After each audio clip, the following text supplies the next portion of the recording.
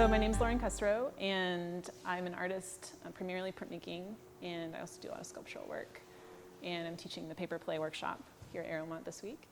I'm living currently in Houston and teaching at the University of Houston Clear Lake as the printmaking instructor. Several years ago, and I was asked to teach a paper play workshop. And I had never done anything like that before, and I loved it. It was really fun. And I met a lot of great people, but then was able to teach this year again. So this is my third time. So it's great coming back for that. So my work is primarily inspired by nature. And I think when I was younger, I was working a lot from life.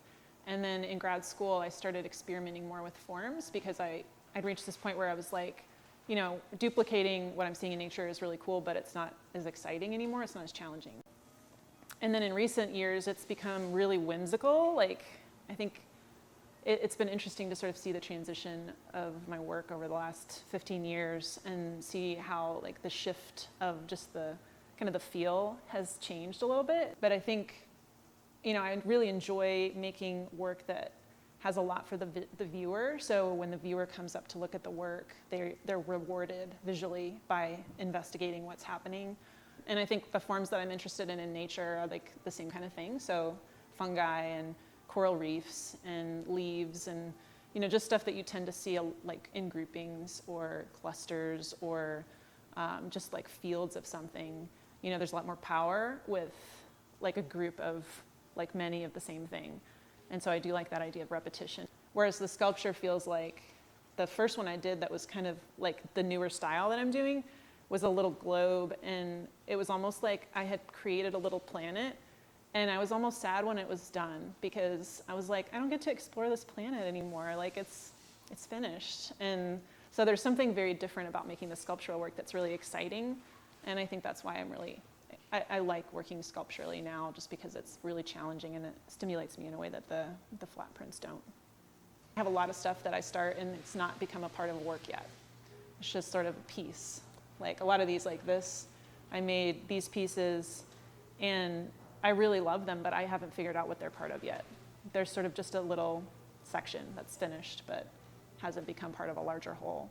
You know, one of the things that I feel really strongly, at least for myself, and I feel like I see this in students too, is everyone sort of has an internal color palette that drives their work, and it can be really distinctive. What works for one person doesn't work for another person. It just feels wrong, like there's something kind of off about it. Mixing colors is like one of my favorite things to do. And I usually will start with the primary colors. And I teach my students that too. You know, the nice thing about being an artist for a long period of time is you can look back and sort of feel like you've gotten to know yourself better. And I believe this too as a teacher, that my job is to help students understand themselves better and be able to realize their own vision and their own work in a more full way, a more realized way. I mean, the key is play, and I keep saying that to students, like just play, just explore. Like don't worry if it doesn't come out the way you want, or you know, whatever. You just put it to the side and you say, okay, I learned something with that, like now I know what not to do. Just coming with a desire to learn something and explore the materials, I think that is really all you need, because if you can come with that, then you're gonna be fine. A lot of students will say, I don't know what I'm doing, like in the midst of making something amazing. And it's like, that's good. That's good to be in that place, because if you know what you're doing, then it's boring, like why? So it's like, if you don't know what you're doing, then you're discovering it as you're making it. And that's to me like the best thing, because that's when it's most exciting, because you're getting surprised by your own work, and that's really fun.